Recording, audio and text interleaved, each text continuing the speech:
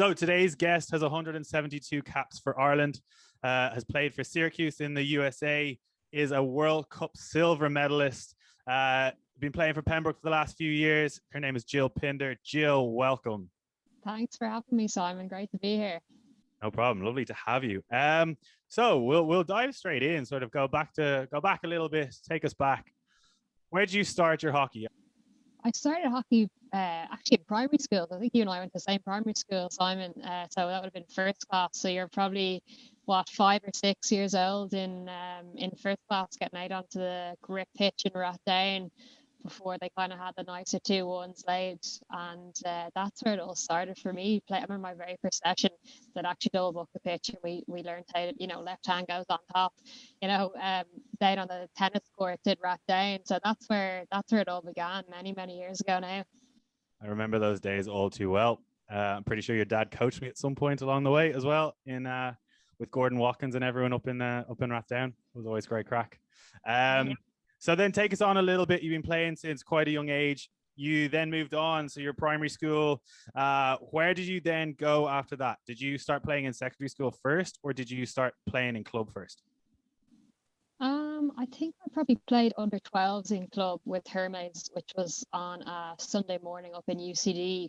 And that was probably just coming toward the end of primary school into secondary school, where I went to St. Andrews and, massive hockey school. And it all kind of took off from there. So I just loved it. And when I was kind of that young, I was balancing it with a couple of other sports that I played as well, as probably most kids do when they're that young. And then very quickly, once I started into St. Andrews, decided, no, hockey's the one I want to focus on. And that's where I turned my attention to. Interesting you say that, because we had Mark Ingram on, and he very much was a different one, where he didn't specify in his sport until much later on. Was it just the draw of hockey was just this was it? You had to play the sport, and it was very clear cut that you're like, nah, forget about the rest? Or how did that come about? I think my main two were probably playing hockey and football. Played with Joey's in Sallynoggin for many years, and Cabinteely as well. So I think I probably played up until under 14s, and then you're probably coming into junior cert year where, that whip was being cracked, and it was like a dedicate a little bit more time to your studies. And at that stage, kind of finishing up with second year and heading into junior cert year, that was when I kind of started to make Leinster under 16s teams and the Irish under 16 teams from there. So I was so excited with the prospect of that it just took away my time. And hockey is usually kind of more of a winter sport. When you start to play at that level, it rolls into the summer, and that's where all the action is. And unfortunately, that was also the time of the year where I used to play football. So football kind of fell by the wayside a little bit. I haven't really played since I was under 13s or under 14s. But I absolutely loved hockey, and it was all I wanted to do. And I kind of figured that out around about that age, 13, 14, and that was just my sole focus from there. So does that taste you straight off into sort of underage setups, as you mentioned, and that was your sort of first taste of success? Or were you winning stuff with Andrews and then that's where you got spotted? How did that come about? Was it sort of the usual into the Leinsters, play the Leinsters, on you go into the under 16s or whatever? Or when did you make that jump into those higher levels? I mean, I was fortunate in that I was surrounded by a bunch of very talented players in the kind of a couple of years above me in St. Andrews. So when I went into the school, they had a track record of, appearing in semi-finals and finals and coming home with trophies. So when I started to taste that, playing, minor level and junior level, I loved it. So I it was easy for, say, selectors and coaches to spot me because I was getting the opportunity to play in these finals at that kind of young age. But I think my route, as far as I can remember, was, your school submits you to take part in these Leinster trials, and I worked my way up from there. So it was pretty quick and pretty seamless, at the very beginning. And as I say, kind of got my first kind of role of that when I was in second year, and it just took off from there. And I actually didn't really have a year off then from that, which I never would have expected. So it took off to a long and kind of a healthy career. Yeah, we might come back to that sort of the not having a break really, or stepping away. But while we're there, so did you go then 16s, 18s, 21s, and then into the senior team, or did you go 16s, 18s, senior team? How did that sort of unfold as it went? I kind of ping-ponged a little bit between a few. So I went 16s, 18s, and then when I was in sixth year, when I was 18, I got my first cap, which was young. Well, I was very young, and it was kind of out of the blue, just the circumstances around the number of players being injured, and they just basically needed somebody to step in for a game against France while I was studying at my desk. I'd done a couple of regional sessions with the Leinster race-based Irish girls across fifth year, and they had gone centralised then to try and qualify for the London Olympics while I was in sixth year, and I just couldn't commit to that programme because I was in Leaving Cert year. So they'd seen me train a little bit the year before, and nearly randomly, just at my desk one day studying, I got a call from Gene Muller. I thought he'd pocket dialed me, but he was like, "You want to come and play against France tomorrow? Get your first cap?" I said, "Yeah, of course I do. Why not?" So I kind of went, from 16s to 18s, got the senior cap, went back down to 21s, and then kind of finally broke into the senior squad then in 2013, where I just became a regular in terms of selections for tournaments and trips. That's pretty class. I think you're just sitting there, you're studying away, you got Leaving Cert on the horizon, and it's just like, do you want to come play against France? That's pretty slick. I know. Nice little story. That's a nice story. Yeah, very cool. Did it take a hit then? You start pretty high, and then it's like, I have to go back to the 21s. Was there any adjustment period there, or was it pretty much just like counting your lucky stars that you got the first one anyway, and then went about your business? I was delighted. Not many people get a cap that young. So I was chuffed at myself, and getting a taste for what the setup was like and the standard that you can play with. I did go back down to 21s then later on that summer once I finished my exams, but it was kind of like, I'm at 21s, but my real kind of goals, my real aspirations are to break into that team. So it kind of gave me like a little taste, but it wasn't giving me the full experience which I wanted. So it kind of just acted like that's where I want to go, and let's get there. And I probably have to do a little bit more time at the underage setup before I'm ready to, join as a full member. Yeah, it sounds like it really catalyzed that. It gave you enough, like you said, it was a taste, enough to give you the hunger to keep working, where you're not getting, maybe too complacent or too cocky is probably the wrong word, but it allows you that hunger. I think hunger is probably the best way of saying it. Gives you that hunger to kind of kick on and be like, no, that's where I'm going. I know it did for sure, but at the same time, I probably got that cap without, doing a huge amount of work in terms of I wasn't training, I wasn't really in the gym, and I maybe thought at some level, it's easy to just step into the squad. Look, I did it for this one match, and that was in 2011. And as I've just said, I didn't really break into the squad till 2013, which was kind of 2 years then of training and being nearly the human cone, for want of a better word, making up the numbers on the teams whenever somebody was carrying a little bit of an injury. So I kind of then did my time of the early mornings, the running sessions, and then missing out on selection for everything that followed pretty much in kind of an 18-month period after that first cap. It was great to get my foot in the door, but I wasn't allowed all the way in for a while. No, but I suppose it's a nice way to pay your dues. While that was going on, club-wise, were you playing senior club then with Hermes, or did you, for those 21 years, did you go straight to UCD, or how did that work out? Because I know you did a stint in Syracuse as well, as we mentioned in the intro. How did those few years all sort of coalesce and come together?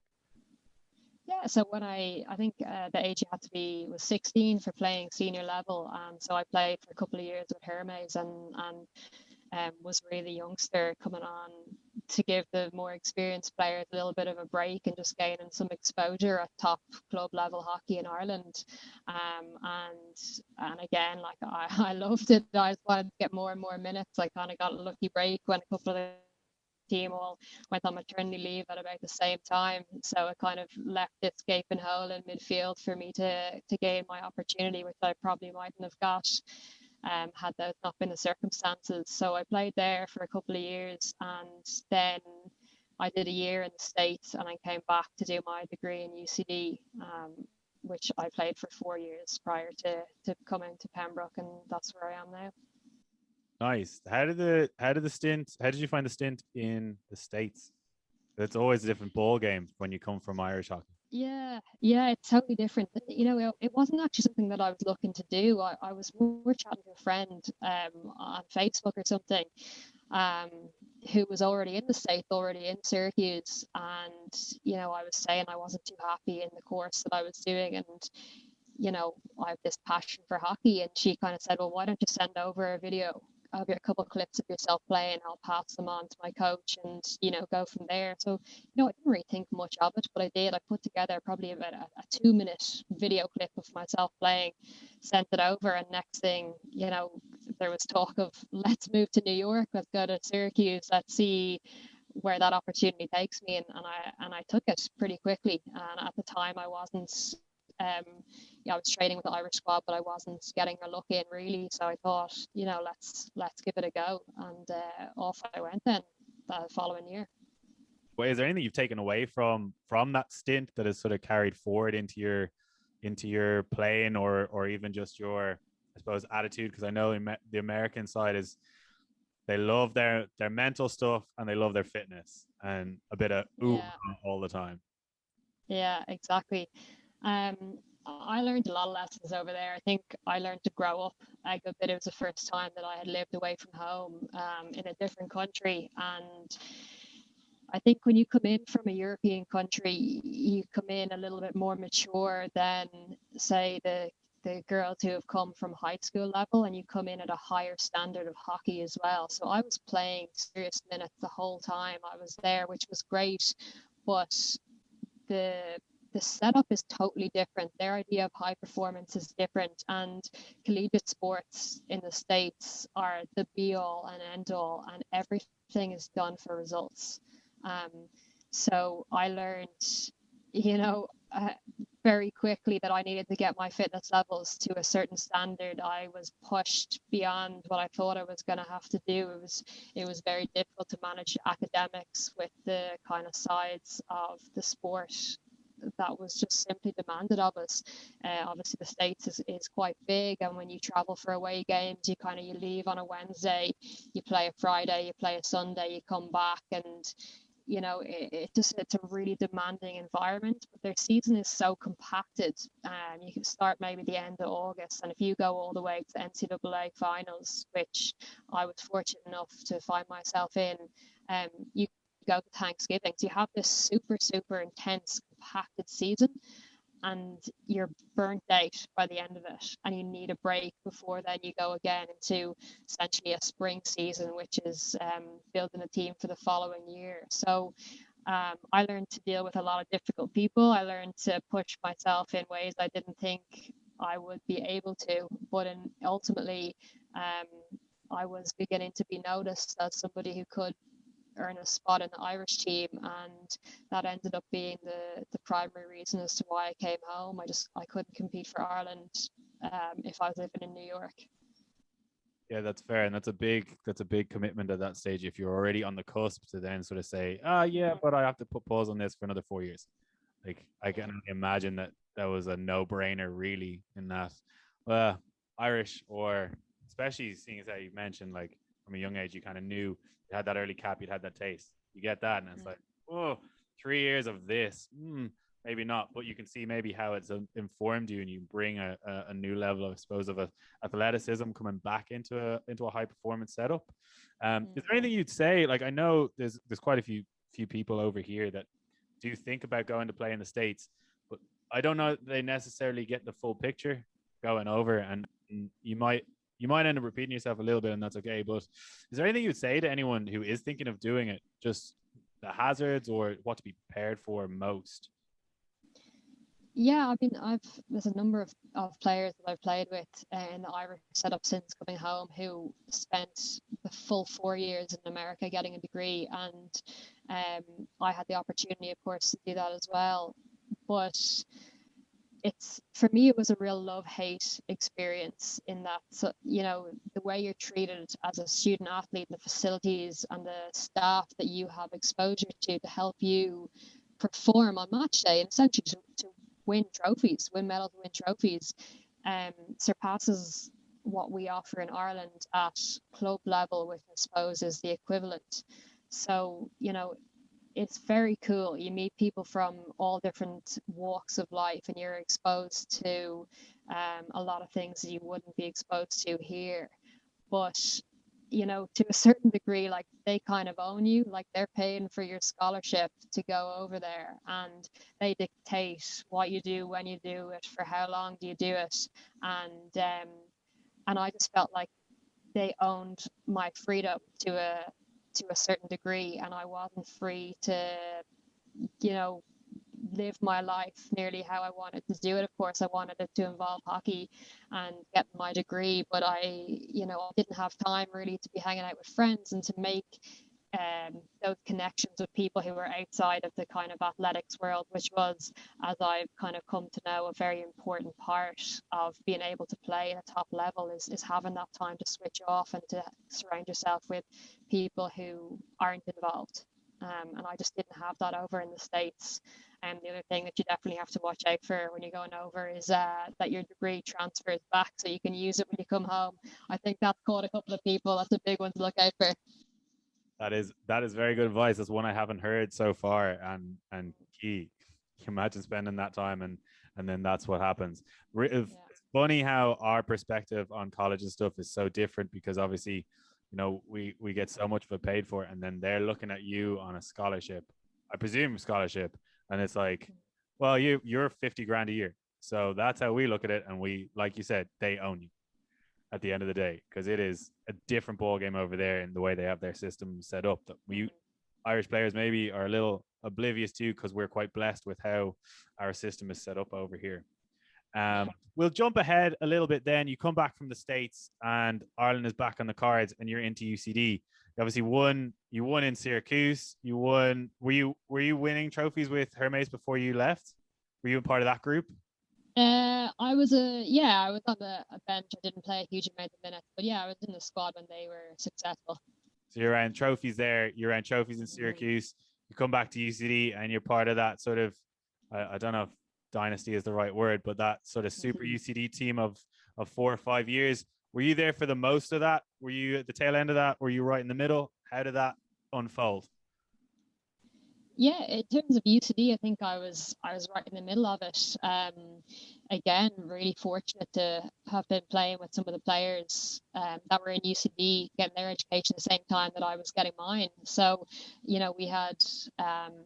we just had a great group of players, and it's a different dynamic when you're playing with a college team than when you're playing with a club team, and both have pros and cons to it. But it's like, playing with everyone who's the same age as you, the same stage of life, there's something special about it, and it's something that maybe on the club scene, because the age profiles and the life stages are so different, between kids coming in from fourth year, fifth year, sixth year, and then people playing who maybe have already started a family. Like, it's a huge big age gap, and it's playing in UCD was brilliant, and it was just literally like playing with your mates.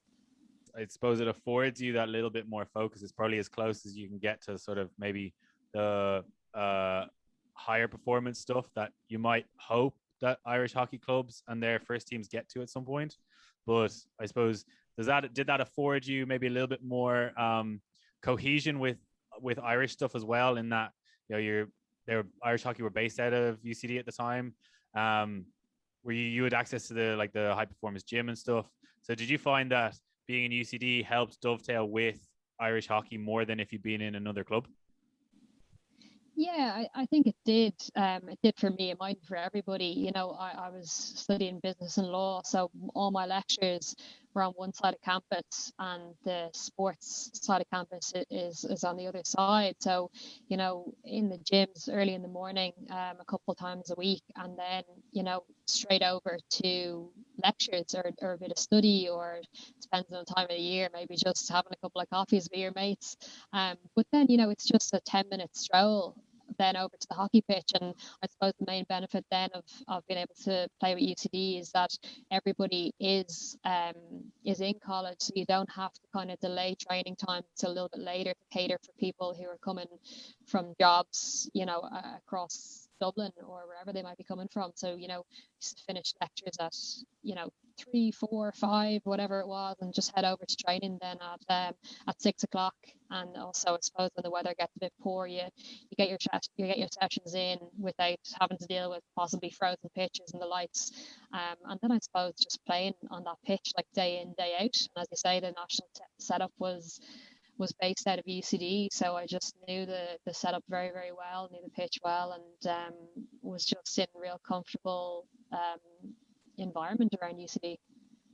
The training times, I suppose, is a huge one because like it's ideal for recovery and everything. Like there's nothing worse, and I suppose you're used to experiencing it now in the club where you don't get off the pitch until 10 o'clock, and if you have to talk to someone, it's 10:15, maybe even 10:30.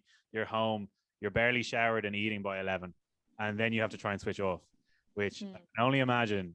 And I found this myself. Like you're up you're up to past midnight. That's not conducive to recovery. Like you can see the impact that it must have had because you guys were sort of the best around. That group of players really was the kind of best, freshest. They were always performing and really consistent, which I think probably feeds into that a little bit. So then you're back into the Irish setup. Then there were you back in time to try to compete for qualification for London, or sorry, you said 2013, so you're a little bit later on than that.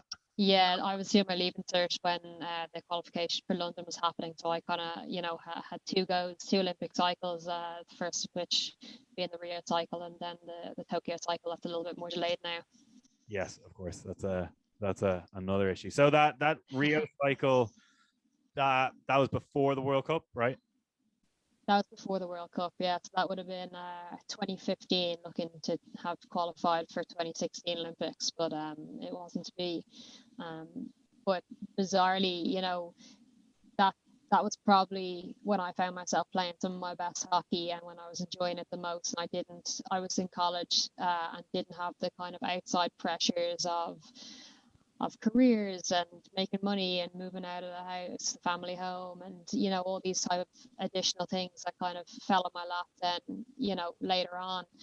So I was just really relaxed, really enjoying my time, and as a result, just playing some really nice hockey.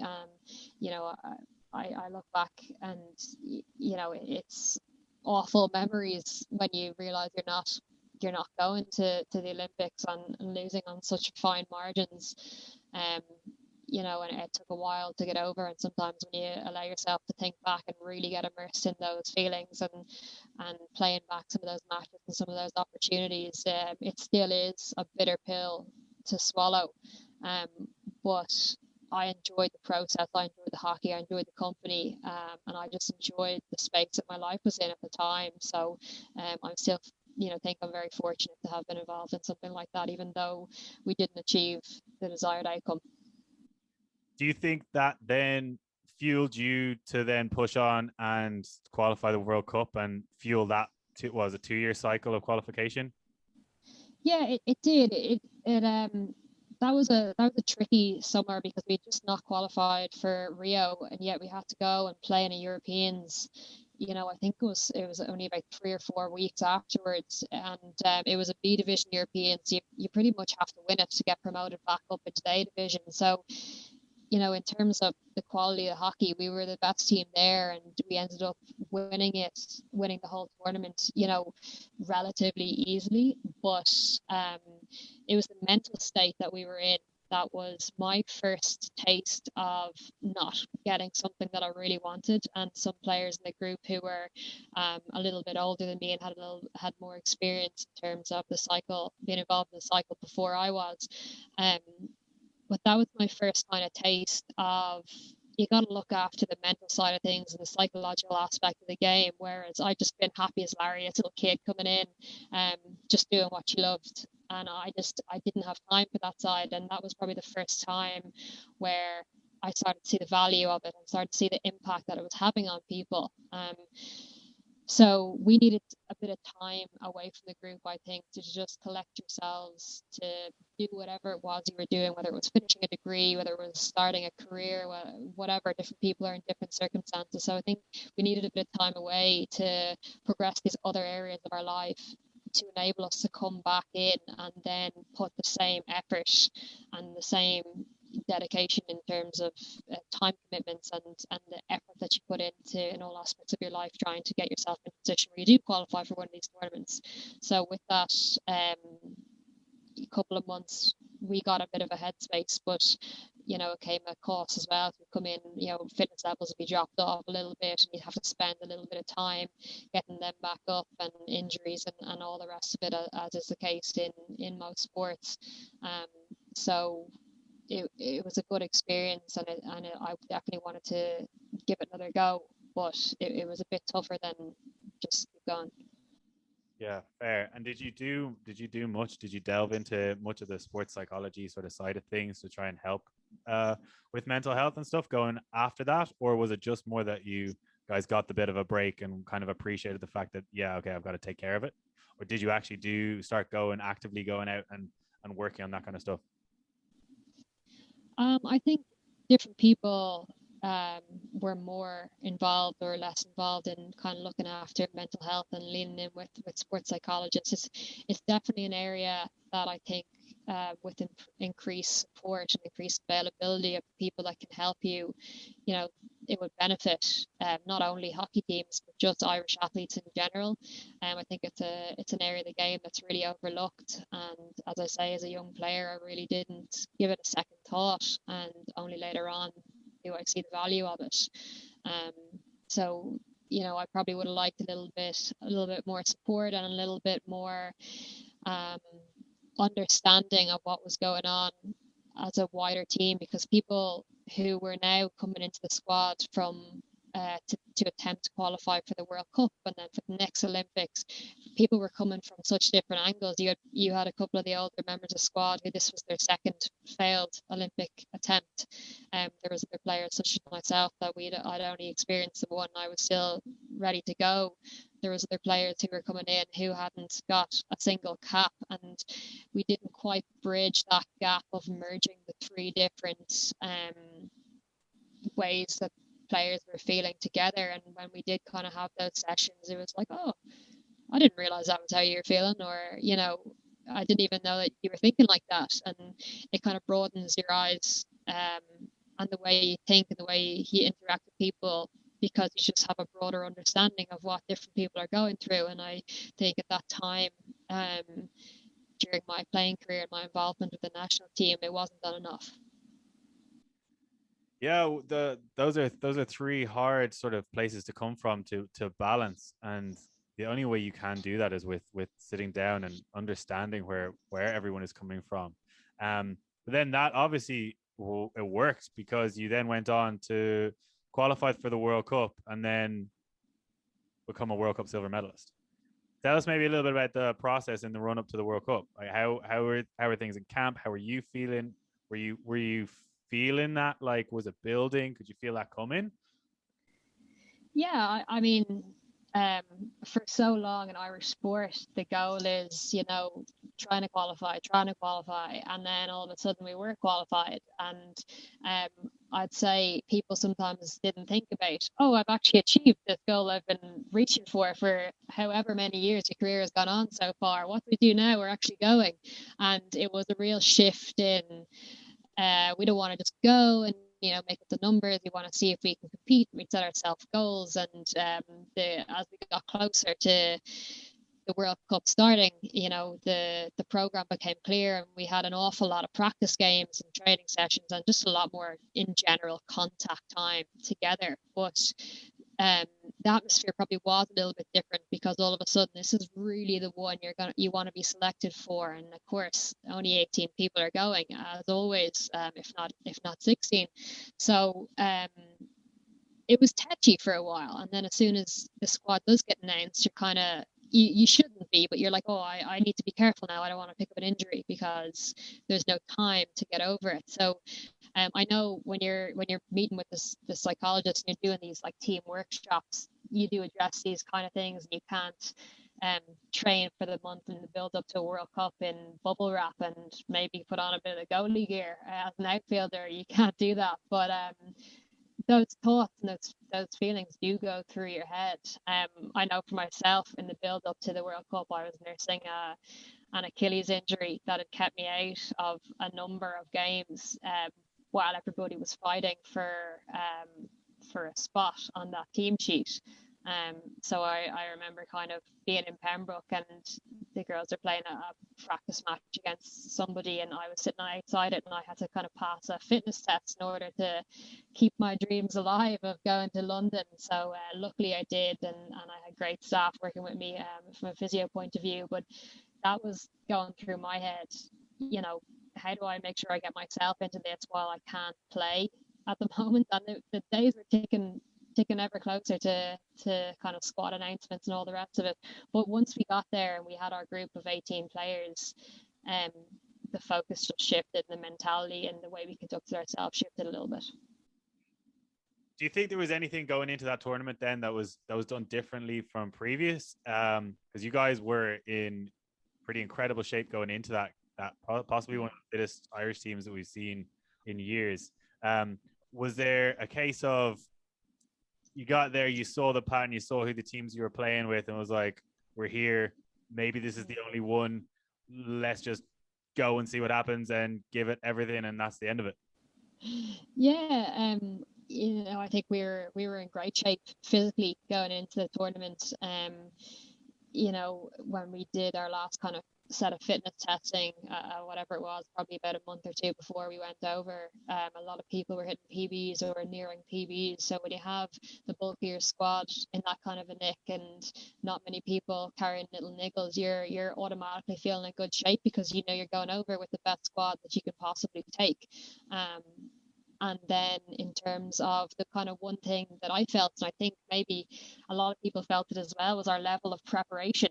So we knew who we were going to be facing in the group stages, and we knew our kind of likely initial crossover. And we spent a lot of time in our camps prior to the World Cup analysing video, analysing players, and I think the player analysis was something that we definitely focused on more, IDing the numbers of the opponents that you're going to come up against, and what's her strength, where can you exploit her, and really having a good individual understanding of the people you're coming up against, on top of the stuff you're going to work as a team to try and capitalize on any opportunities you get and try and negate their threat. So I think we had put an awful lot of time into the preparation prior to actually stepping out onto the pitch. So when it did come to game day, I mean, you don't know what the outcome's going to be before you step on the pitch, but you're feeling,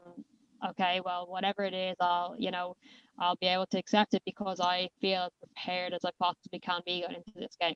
What is it like, the atmosphere over in London? There was obviously massive crowds. How is that atmosphere? Has there been anything since that's compared, maybe the Olympic qualifiers, or was that still the pinnacle at this point?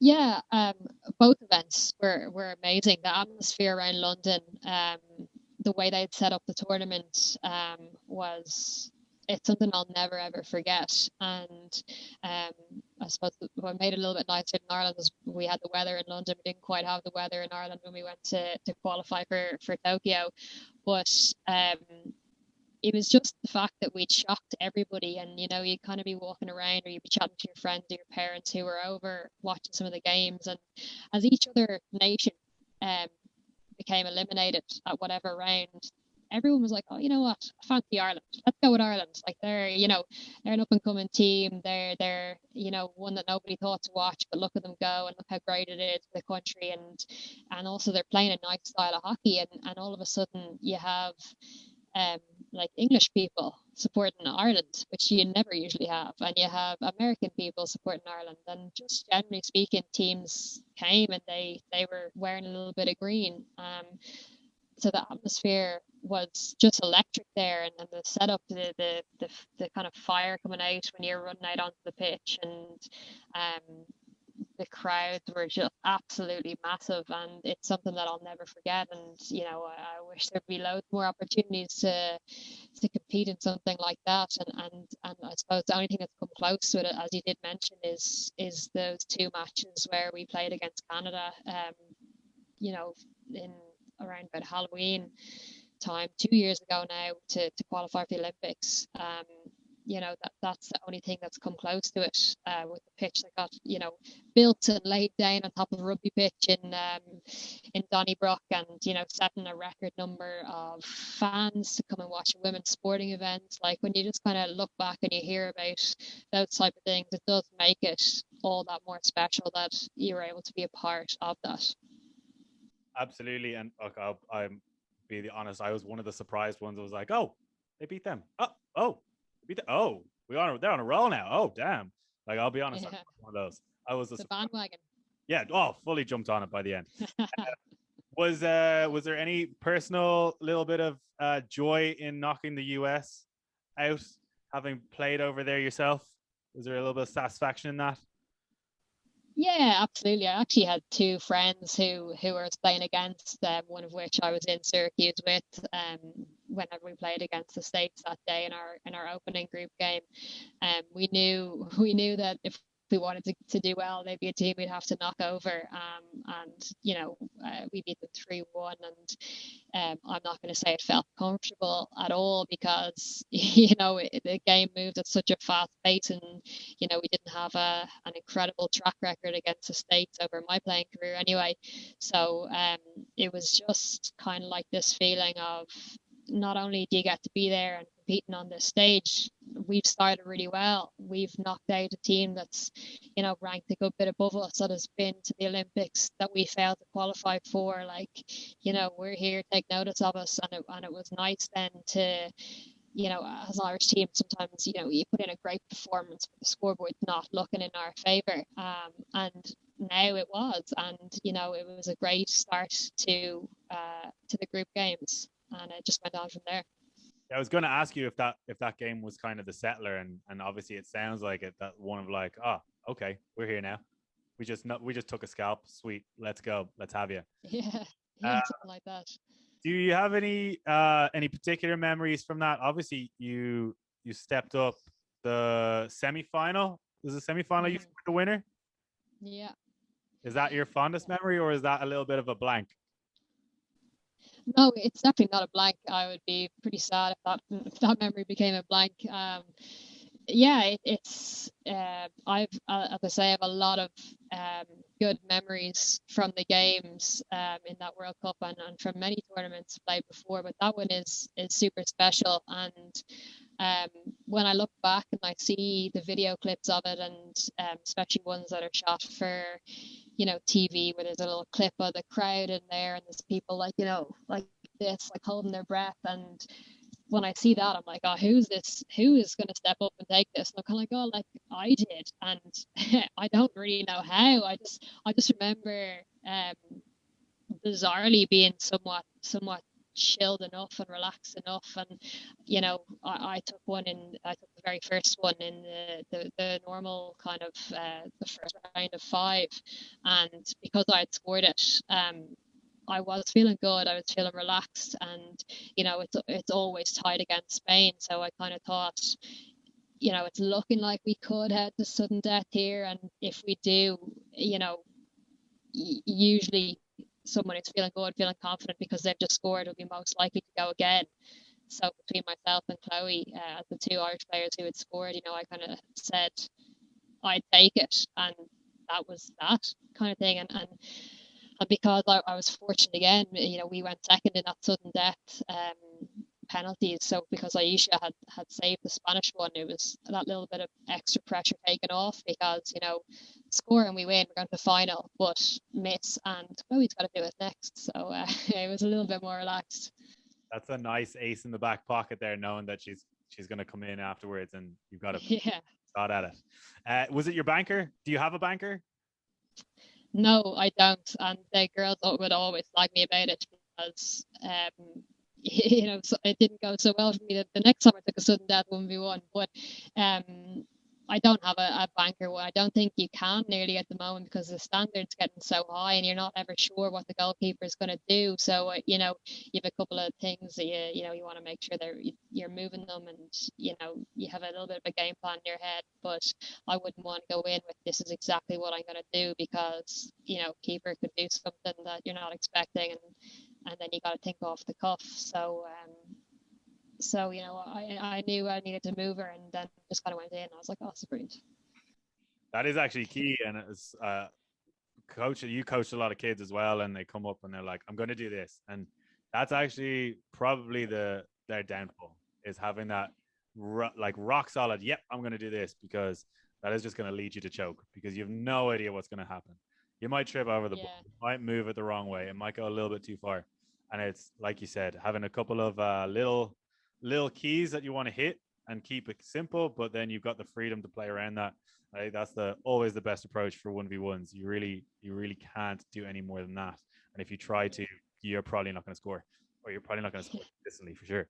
We jump ahead then. So huge, you come back on a massive high from winning a silver medal, parade through the streets and all. Pretty sweet. I'd say that's up there in all-time memories.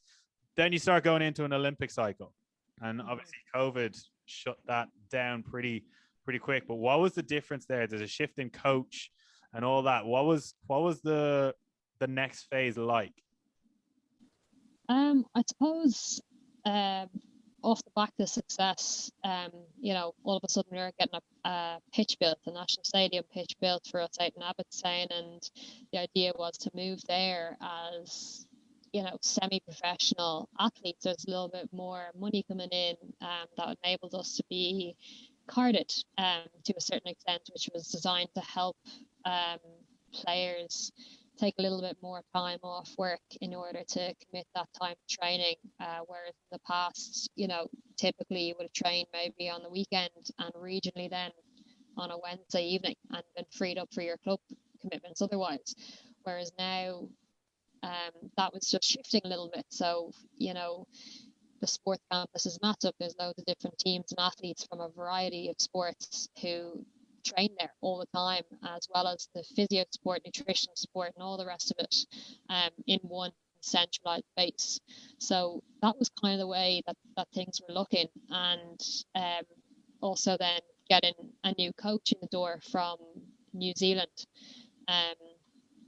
So he came over and he took charge, and he had come from a background where I suppose sport in New Zealand was maybe run differently, maybe a little bit better funded, or their setup was just different. So I suppose he came in with his ideas of what he wanted to run, how he wanted to run it, and was probably met by logistical challenges that face Irish teams and Irish sport.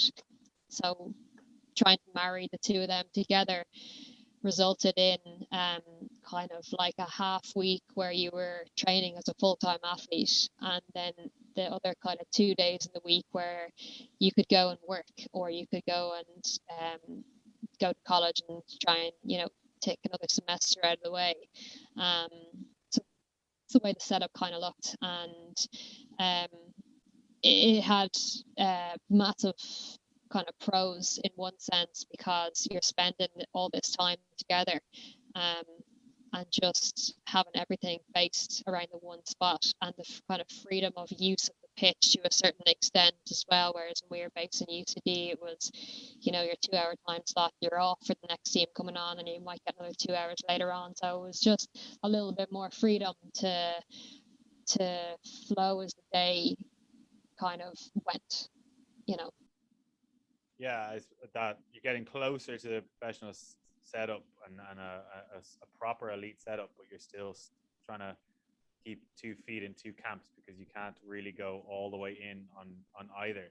Did that maybe I know you mentioned towards the start as well how you realized that there needed to be a balance of people on the pitch as well as people off the pitch and the life that goes with it. Was that what started maybe sort of clashing a little bit more with where you were at in life? And because obviously I know you've stepped away, and I can only imagine how much that must have done, particularly knowing that you're qualified for an Olympics and it's coming up, and how much you love playing. How much did that feed into, or did they just the two come to a head at that certain point, or how did that come about? Yeah, it's a tough one. I'd say it was a process over probably about a 2-year period where from the bitter disappointment of missing out on the Rio cycle to the kind of elation of coming home from London with a silver medal.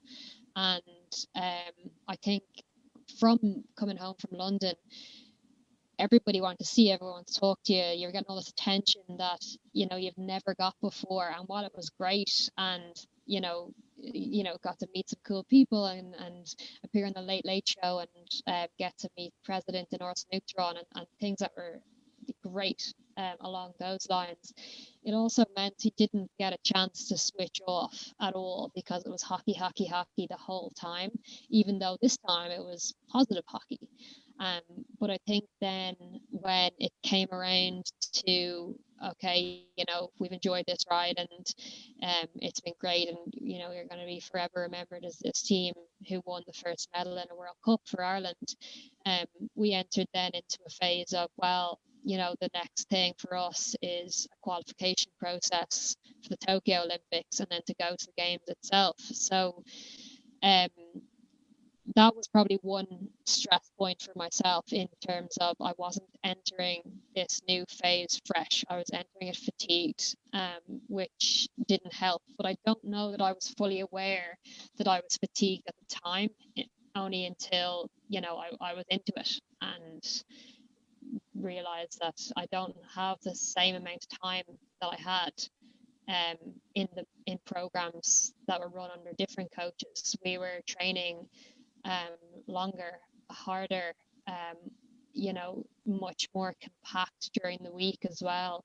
The days were long, and listen, they were enjoyable as well, and there was something nice in that Sean was pushing us to a level that we'd never been pushed before, and the competitiveness was through the roof, and the new things we were learning was just something different than what we'd had previously. But I think when I didn't come in fresh, and when I was just being pushed and pushed and pushed every single day, even in like taper weeks, I felt like it wasn't a taper week, it was still being pushed quite hard, and it just wore me down a little bit over time.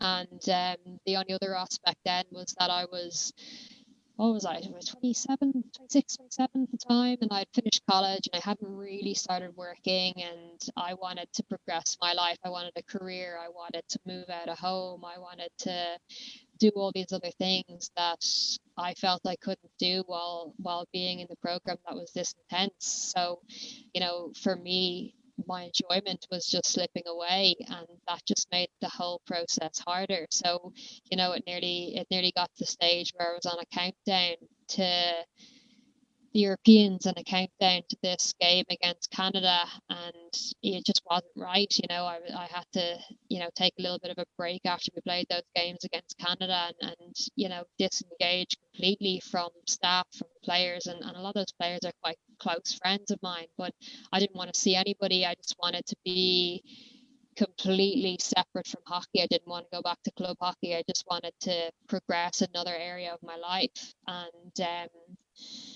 I suppose then after Christmas time came, and it was all kicking off again to qualify, or to actually go to the Olympics once we had qualified.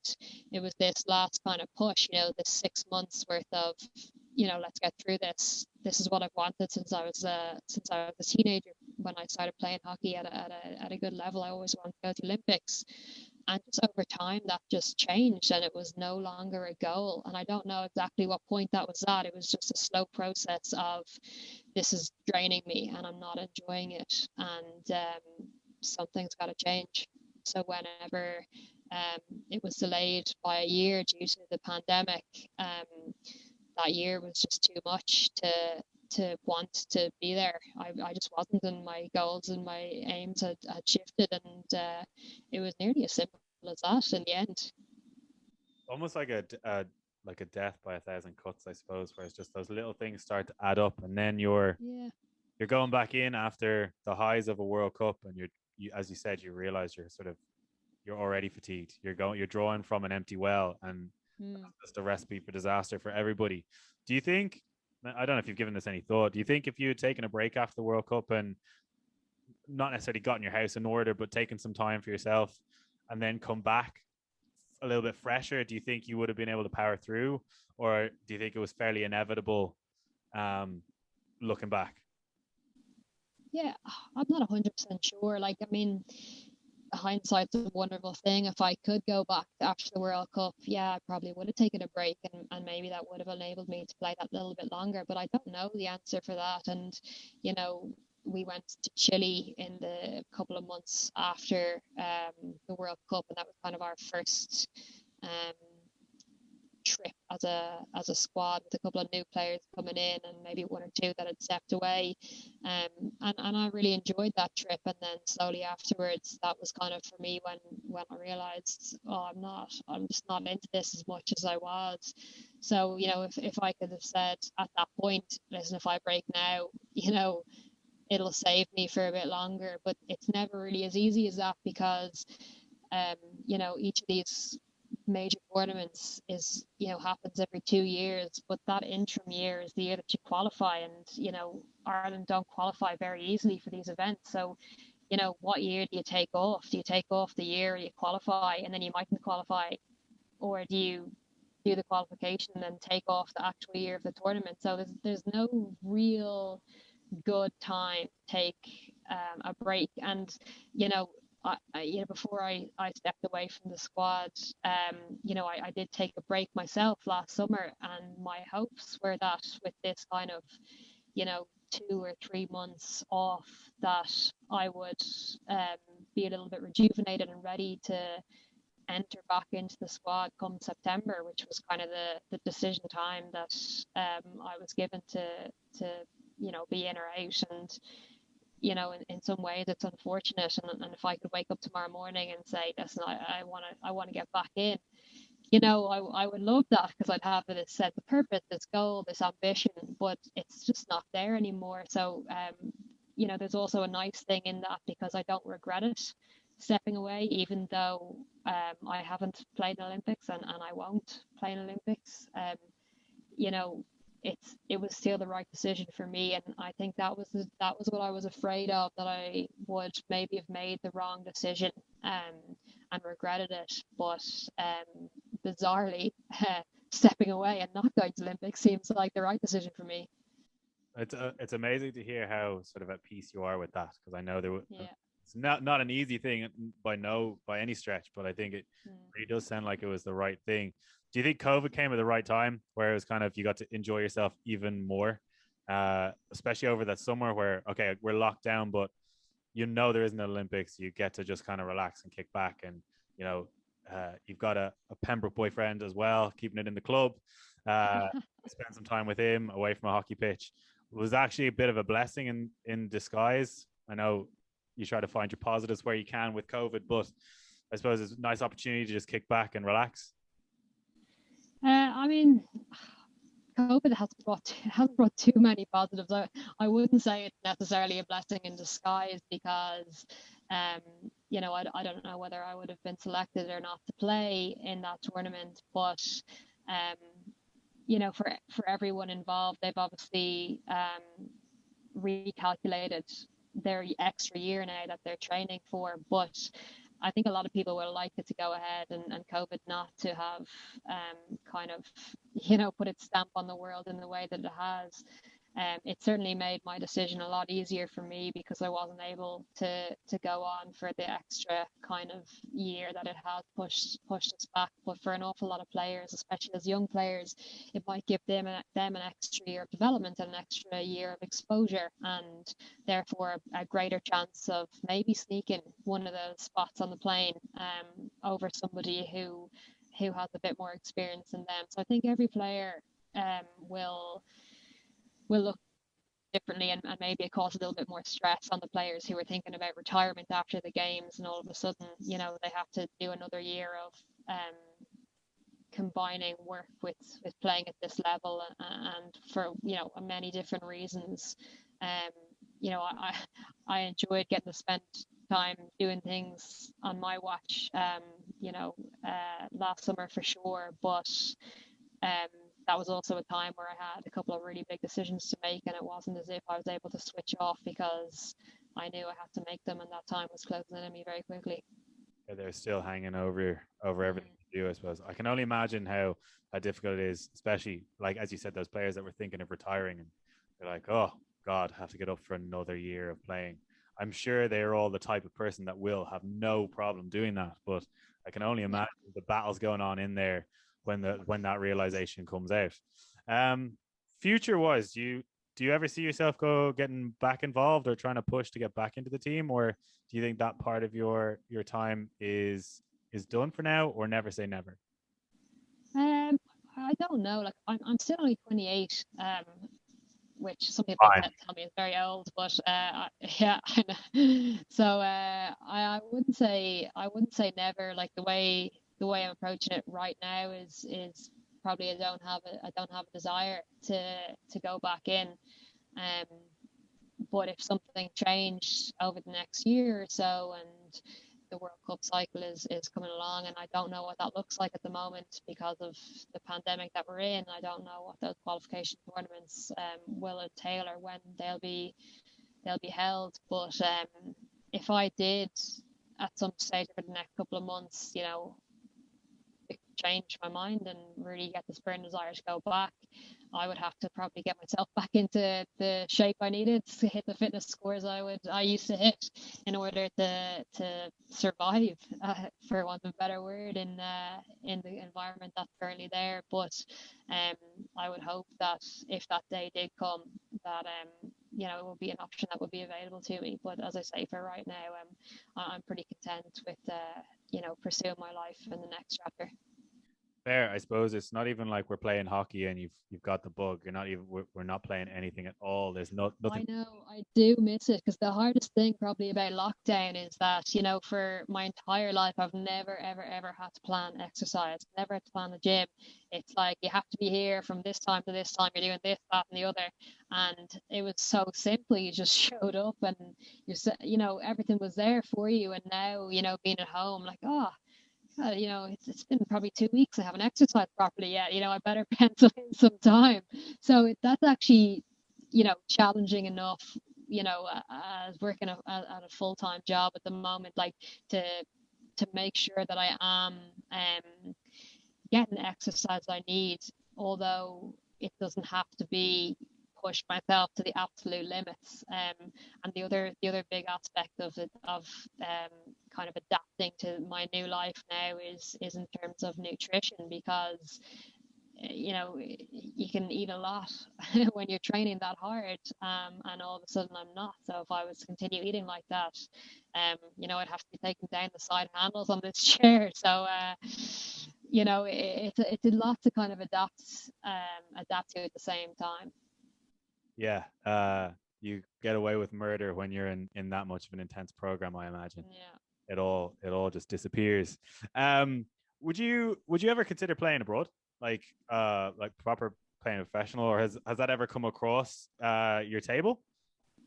Yeah, it has a couple of times because I did my year in the States, and then I can't remember what year it was, but I remember Graham Shaw, an old coach of the national side, was trying to get me to play in Belgium or Germany or somewhere, basically just go abroad for the year and gain the experience and the exposure of continental Europe hockey. But I was doing my degree. I was trying to finish off my degree that I had already kind of delayed a little bit due to taking that year in the States, and then splitting my final year over an extra semester just because of the demands of the sport. So I was already 2 years behind my peer group, and for me, I wanted to get that just done and dusted off my plate, and then maybe when I did possibly look to go and play abroad, once Sean came in and took over the reins as head coach, he wanted everybody, essentially everybody based in Ireland, to be able to train and to be there for the kind of semi-professional setup that had just started. So it wasn't at that point really an option to be away. You just couldn't be flying that much.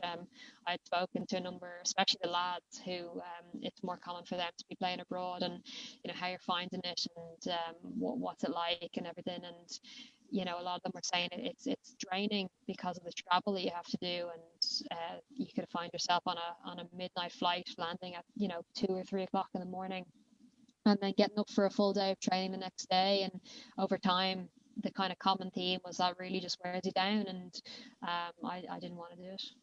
Yeah, I heard that whole situation was pretty grueling, particularly the way they had it set up, and in the months building up to the Olympic qualifiers, it sounded like nothing anybody wanted to be a part of. Just great to be able to have better access to Dutch and whatever, but just probably worth it for everybody, especially the ones that have to travel all the time.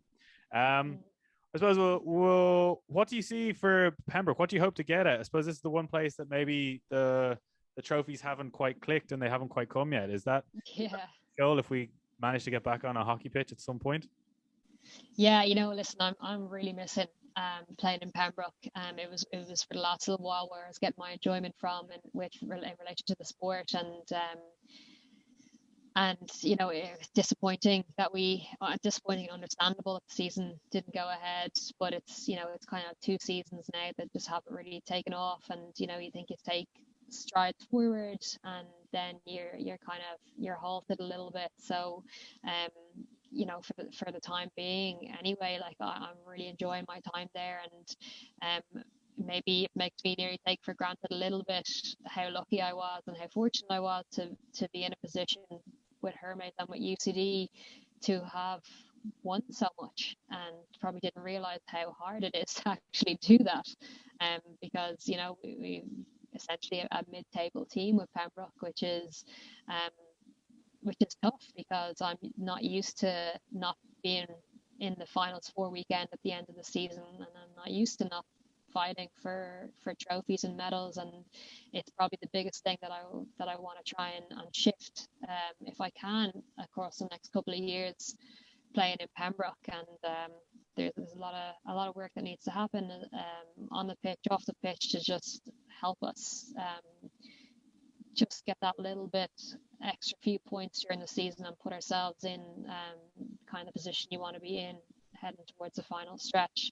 But you know what, at the same time, it's so exciting because for the first time, I really, really have to work at the club scene, because it's not coming as easily as it was when you're playing on a team in UCD with 11 internationals on your team. You're expected to win stuff, and we did, and now the internationals are spread a lot more scarcely over a greater number of clubs, which is a good thing.